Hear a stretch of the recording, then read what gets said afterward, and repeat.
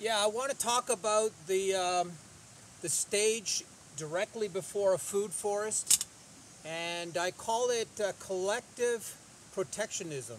So you have a collection of plants that do several things. They cover the earth as best as they can, and that's up to you as a gardener to do that, to cover as much of the earth as you can in your garden.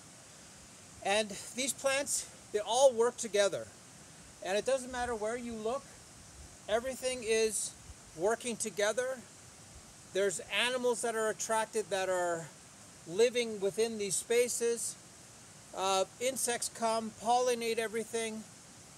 They feel a sense of security in these types of gardens where everything is spaced out and works together really beautifully.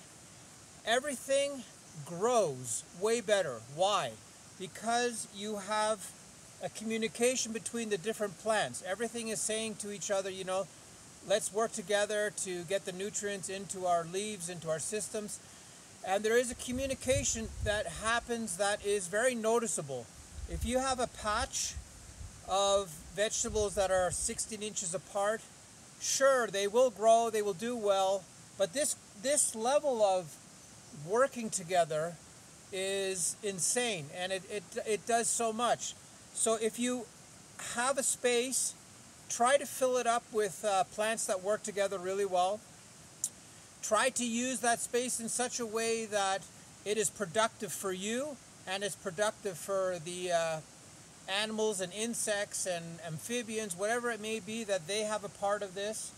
And if you do all that, what happens is your garden will be so powerful with very little watering, with very little attention on your part. But you have to set the parameters before you start, which means great soil depth, a good conditioning of your soil. It could include covering your soil with mulches.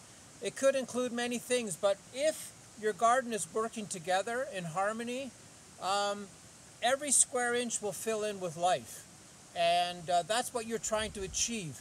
Food forests have a huge problem, and nobody really talks about it, is that let's say you have 20 fruit trees.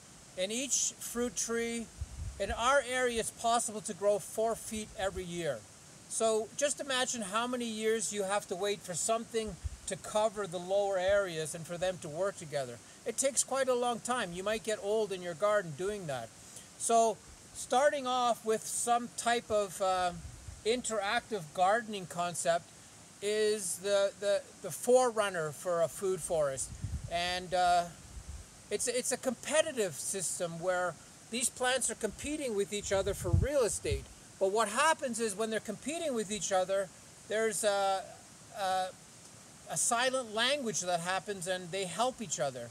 And this cultivation method is very interesting because you notice right away what's going on. It's funny. When you see lizards, when you see tons of different birds, insects, when everything shows up in your garden, that's the moment that you know that you've done something right. So don't be very sterile in your gardening concepts. Have everything work together. And I'm going to take you on a little walk on a couple more areas that are filling in completely and working together really well. Yeah, this garden is less than 2 years old. We started creating this garden with a few specimen plants, a few larger trees. Everything grows together in such a way that there's no space for anything that doesn't belong, weeds or anything like that. It's just so packed. We have lots of food growing everywhere in between other plants. Here we have some grapes. These are potatoes that are covering this whole area. We have these massive planters that have fruit trees in the middle. Everything is growing in such a way that there's very little earth showing, which is really important. The retaining walls that we've built from scratch are all now disappearing. The vegetation, succulents, and all kinds of other ground covers are filling in these spaces. We have even some of these plants that are growing in this wall. This here you can use for horchata, this purple one. banana plants. We have Norfolk pine. We have papyrus here growing tall next to the river so it can suck up the moisture from the river. Lots of activity here. As you can see, there is no dirt showing.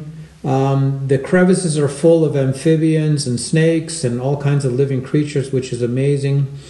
And as you can see, this has not been weeded. There's very, very few weeds coming through here, so it's just crazy.